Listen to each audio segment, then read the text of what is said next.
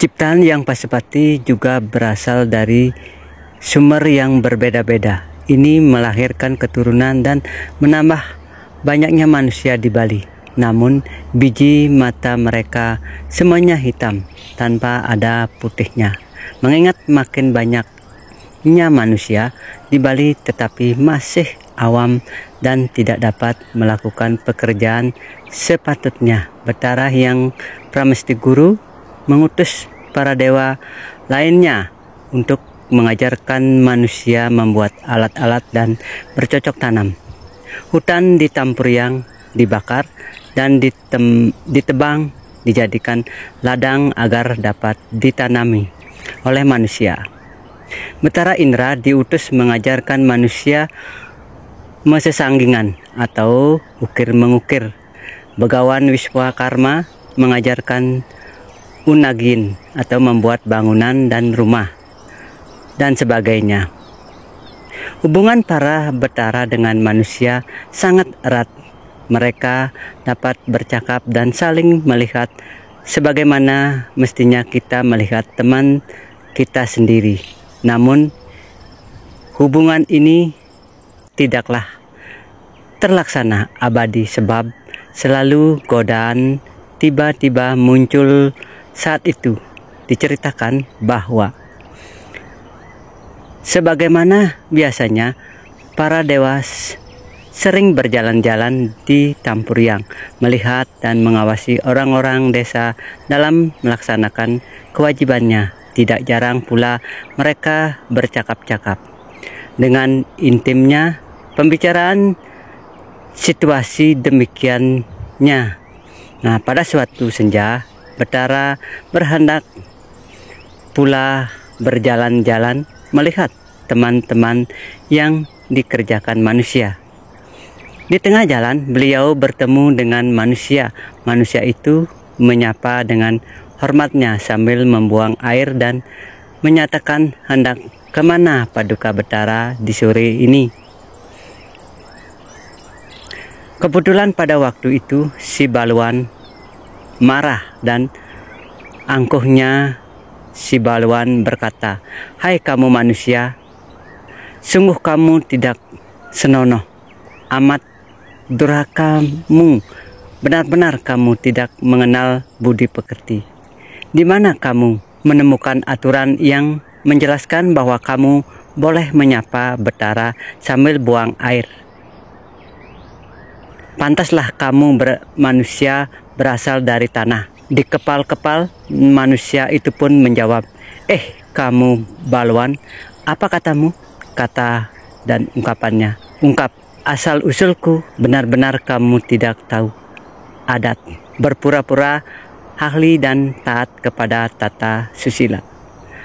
Pantaslah asal usulmu kumantap, kumitip, yang diselimuti oleh kotoran dasar kamu ini berpura-pura alim. Mengapa kamu keberatan sedangkan Bathara sendiri tidak merasa tersinggung?" Si Balwan pun menjawab, "Hai kamu manusia yang dungu, moga-moga kamu menjadi hina-hina. Semoga kamu menjadi orang dusun untuk seterusnya. Atas dosamu menyapa dewa."